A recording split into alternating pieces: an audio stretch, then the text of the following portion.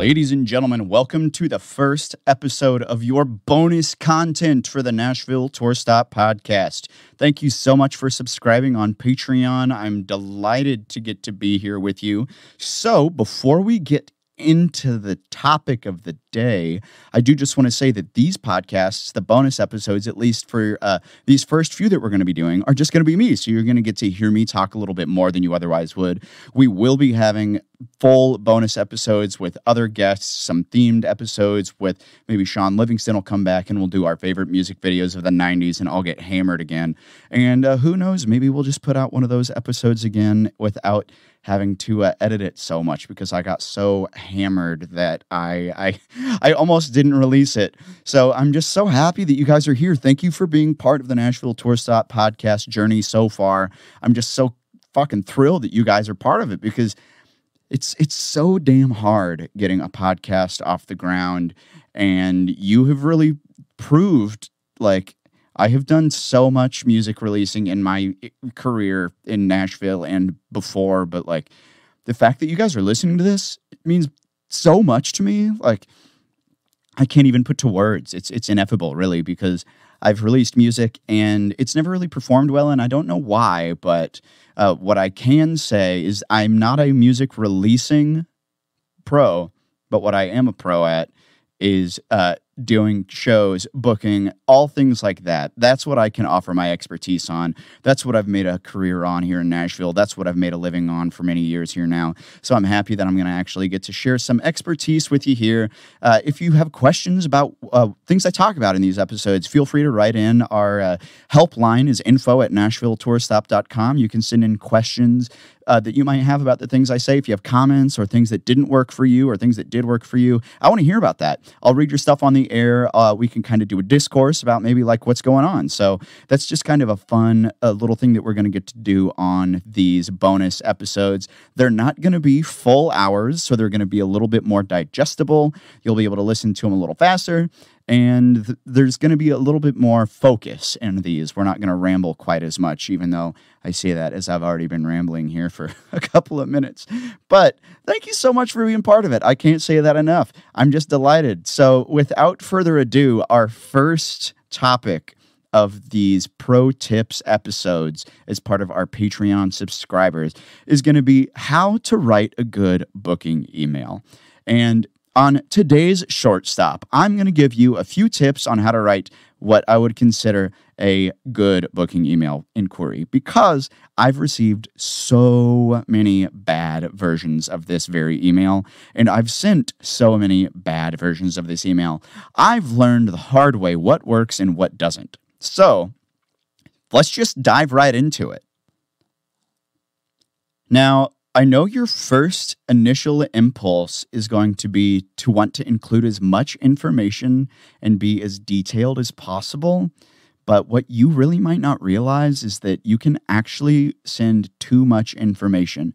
You can send me too much stuff, and if you send too much clutter, it's going to stress me out. My ADHD is going to kick in, and I'm going to get distracted. I'm going to lose focus, and I am probably not going to read the entire email. So, all of that to say, my general rule, and the rule that's gotten me tons of gigs through the years, is to be as brief as you can while still including all of the relevant information. So, what this means is keep your email short enough to be seen in one phone screen length.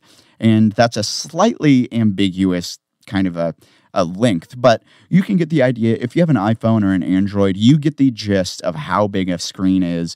And unless you're using the super zoom to get the gigantic text on your phone, this rule will apply to most people. So keep your emails short and sweet to be seen in one phone screen length. That is so if, for example, if I'm sitting in my office looking at my computer, or if I'm on my phone just scrolling through, I'm going to see something short and sweet, and I'm going to be more interested. So that is a overall goal that you need to strive for when you're shooting out these booking emails. Now, to come in hot, to do the very first thing before I even open that email from you, I got to read your subject line. And I know, again, it sounds elementary, but you have to understand that if your subject line says booking Nashville music, blah, blah, blah. It's pretty boring. It's not hooky.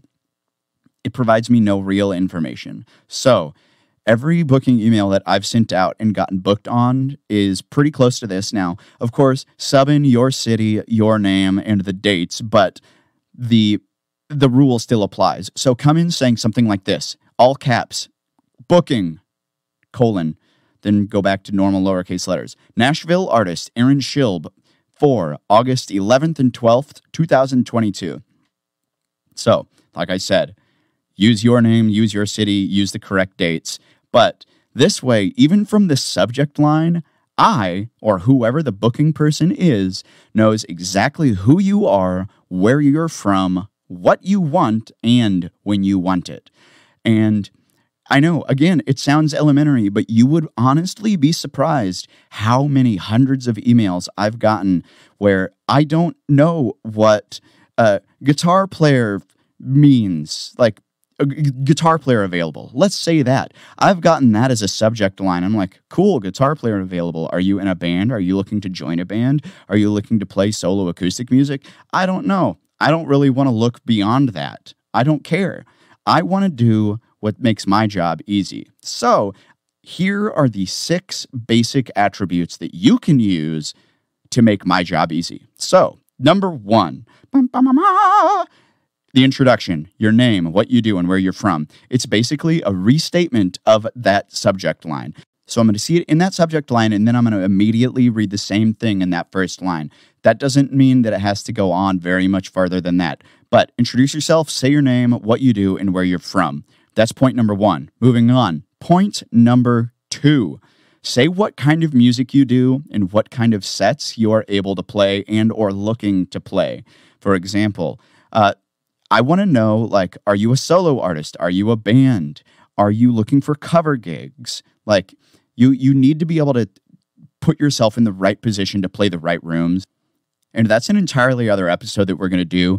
That'll be coming up here in just a few episodes, but we'll get to that when we get to it. But by telling me what you do and what you're able to do and what you want to do, I can better book you. And I can put you into the right lineups. And that doesn't just come down to genre. That comes down to so many other factors. And again, like I said, we'll get into actually like how to book the right rooms and book the right gigs. Because if you're a hip hop artist, you don't want to have to do 3 hours of cover tunes at a winery, for example. So what you will want to know is, from my perspective with my shows here in Nashville, I book a lot of different kinds of shows at multiple different venues. So knowing that you might be able to do different things creates more opportunities for yourself through my eyes. So if I can't get you on one venue, I might be able to get you on another. Moving on, though, this is point number 3, and I'm not going to say that this is one of the more important points, but it is crucial, and it can be a make or break in whether or not somebody is actually going to pay attention to an email or find the correct information. So, gosh, I wish I could put it in all caps, but it's a freaking podcast. So use links to your official website, your social media, your streaming platforms, and live performances, but do not, I swear to God, do not post loose URLs in your emails. Do not do that. Use hyperlinks. And on Macs, for example, you can click Command K on your emails and in your Google things like Docs and everything like that. You can use hyperlinks, but the reason you want to do this is because it will give you, the performer, the opportunity to take me exactly where I need to be. By linking your loose Spotify profile, if you've got a bunch of albums out, a bunch of singles out, I might click the wrong one, hear a song that was produced in 2010 and down in your basement. It doesn't sound good. It doesn't look good. I don't want to hear that in my venue, and it's not a good representation of you. But because I didn't know that that wasn't a good representation of you, I just assume that all of your music is like that. So be creative with your hyperlinks. Put the newest single into a hyperlink. Put your Apple and Spotify and everything like that into a hyperlink. Now, another thing that's really important to note is that even if you are including Spotify and Apple Music, it's so important to include a paywall-free option. And the option I always go for is a private SoundCloud playlist, because some people just don't have a streaming platform and they don't want to pay for it, or they have some kind of moral qualm against it. I don't know. But if you don't provide a paywall-free option, you run the risk of someone not hearing your music just because they don't have Spotify or Apple Music. So always create a paywall-free option.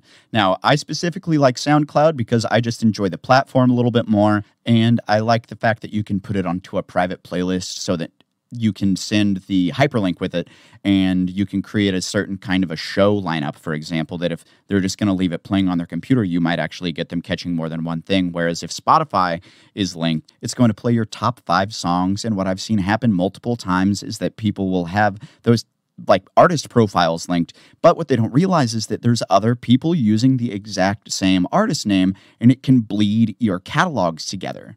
You're going to hear 2 people's music. So again, that runs the risk of I won't hear the right thing. So all of this is to say, be really specific with the hyperlinks you choose to include in these emails, because it gives you a really direct opportunity to put exactly what you want me to hear in front of me.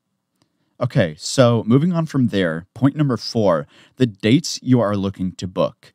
These are honestly really important, because I need to know when you want to play, and you need to know when you are going to play. So what you can do is offer both going and coming dates, meaning if you're trying to tour through Nashville, say, hey, I'm going to pass through Nashville on August 11th and 12th, but then even though you mentioned those 2 specific dates in your subject line, what you can also say is, I'm also going to be there on the 18th and 19th. So that's looking like you're traveling somewhere else, and this is just another city that you want to add on your tour. But what this does is it creates an opportunity for me to look at multiple dates and have more opportunities to book you, and it gives you a better chance of getting booked. Now, what I do have to give a big warning flag for here is do not ask what I have available.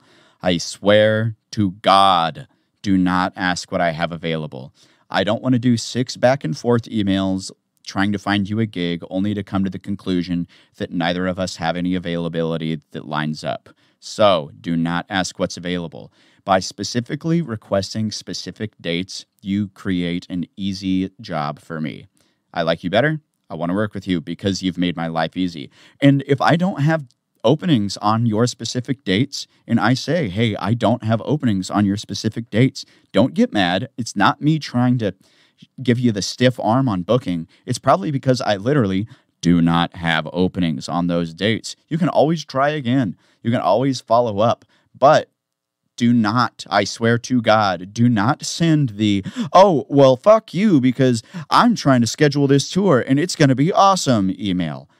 I swear I have gotten that before. I will get it again.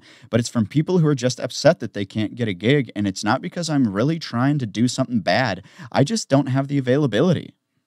So all that comes back to say, point number 4, list the dates that you are looking to book and offer multiple options, because the easier you make my job, if I can just go right into my calendar and look at the specific day and month that you're looking to book, I will very likely go check that. And if I've got an availability and a lineup that you're going to fit on, hell yeah, I want to book you. That's the whole point of why we're here.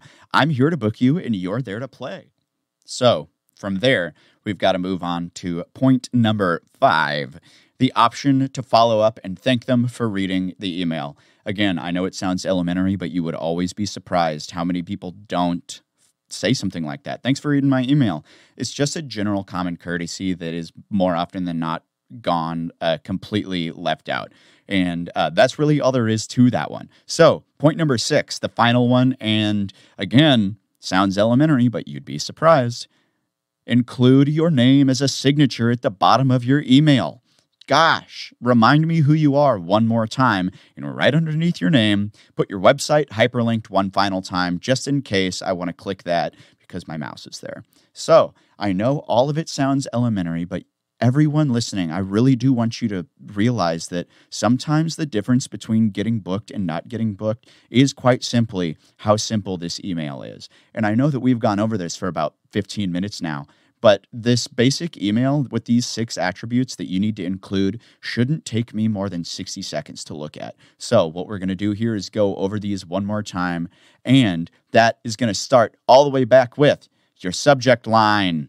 Booking Nashville artist Aaron Schilb for August 11th and 12th, 2022. Then, once you get to the body of the email, include those 6 basic attributes. The introduction with your name, what you do, and where you're from. Number 2, what kind of music you do and what kind of sets you are able to play. Number 3, links to your official website, social media, streaming platforms, and live performances. But don't forget those hyperlinks, and be creative about which links you're letting me see. Include those Spotify, Apple Music, and private SoundCloud playlists, just in case somebody doesn't have the paywall option. Don't want me to not listen to your music just because I don't have a subscription service. So, point number 4, include the dates you're looking to book, both going and coming. Now, you can say that a specific pair of dates might be your preferred dates, but still offering an alternate gives me more opportunities to look at my calendar to find you a potential gig. Reminder, do not ask what I have available. We're not going to do that. We're not going to do that, I swear. Gosh. Okay, point number 5, the option to follow up. That's me.